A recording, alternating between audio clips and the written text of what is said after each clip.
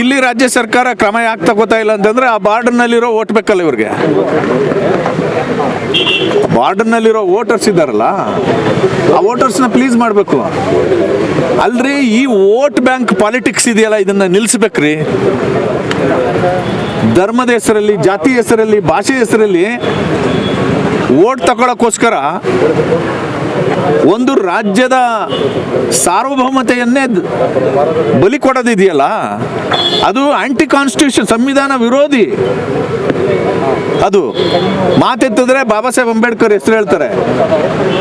ಆದರೆ ಬಾಬಾ ಸಾಹೇಬ್ ಅಂಬೇಡ್ಕರ್ ಸಂವಿಧಾನಕ್ಕೆ ದ್ರೋಹ ಆಗುವಂಥ ಕೆಲಸ ನಡೀತಾ ಇದ್ರು ಸಿದ್ದರಾಮಯ್ಯನವರು ಕಣ್ಣು ಮುಚ್ಕೊಂಡು ಕೂತಿದ್ದಾರೆ. ನಾನು ರಾಜ್ಯ ಸರ್ಕಾರಕ್ಕೂ ಕೂಡ ನಾನು ಒತ್ತಾಯ ಮಾಡ್ತೀನಿ, ಗಡಿ ಭಾಗದ ಕನ್ನಡಿಗರನ್ನ ರಕ್ಷಣೆ ಮಾಡುವಂತಹ ಸಂವಿಧಾನಾತ್ಮಕ ಜವಾಬ್ದಾರಿ ನಿಮ್ಮ ಹೆಗಲ ಮೇಲಿದೆ, ಅದನ್ನ ಪೂರೈಸಿ. ಇದು ಆ ಭಾಗದ ಜನರು ಓಟ್ ಬೇಕಲ್ಲ, ಅದಕ್ಕೋಸ್ಕರ ಬ್ಯಾಲೆನ್ಸ್ ಮಾಡೋದು. ಈ ಹೆಂಗಾಗಿದೆ ಅಂತಂದ್ರೆ ಸೈಕಾಲಜಿ ಸರ್ಕಾರದ್ದು, ಏನು ಒಂದು 2 ದಿನ ಡಿಲೇ ಆದ್ರೆ ಇದೆಲ್ಲ ಮರ್ತು ಬಿಡ್ತಾರೆ ಜನ ಅಂತ. ಆದ್ರೆ ಮನಸ್ಸಿಗೆ ಹೆದೆಗೆ ಘಾಸಿ ಆಗಿರುತ್ತಲ್ಲ, ಅದನ್ನ ಹೆಂಗ್ ಮರಿತಾರೆ ಜನ. ಹಾಗಾಗಿ ಕರ್ನಾಟಕ ಸರ್ಕಾರ, ಕಾಂಗ್ರೆಸ್ ಸರ್ಕಾರ ಕೂಡ ಇದನ್ನ ಸೀರಿಯಸ್ ಆಗಿ ಪರಿಗಣಿಸಿ ಆ ಭಾಗದ ಕನ್ನಡಿಗರಿಗೆ ಸುರಕ್ಷತೆಯನ್ನ ಕೊಡಬೇಕು ಅಂತ ನಾನು ಒತ್ತಾಯ ಮಾಡ್ತೀನಿ.